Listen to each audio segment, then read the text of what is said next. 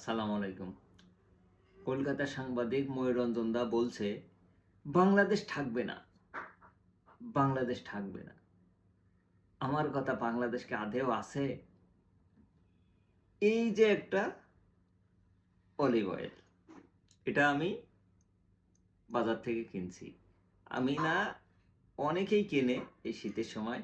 এটা বেবিদের গায়ে মাখানোর জন্য এবং নিজেদের একটু গায়ে মাখানোর জন্য এটা কিন্তু কেনে।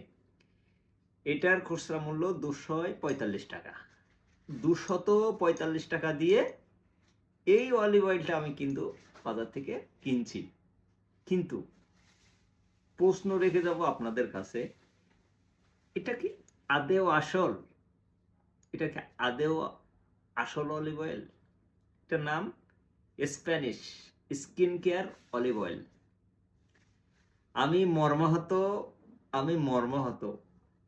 এই যে অলিভ অয়েলটার, এটা সিপিটা দেখেন। এই যে সিপিটা দেখে আমি কিন্তু মর্মাহত।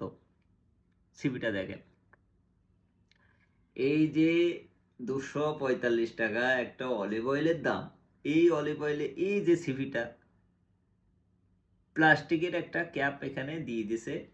এটা কি আসলেই অরিজিনাল? এটা আপনারা বলবেন।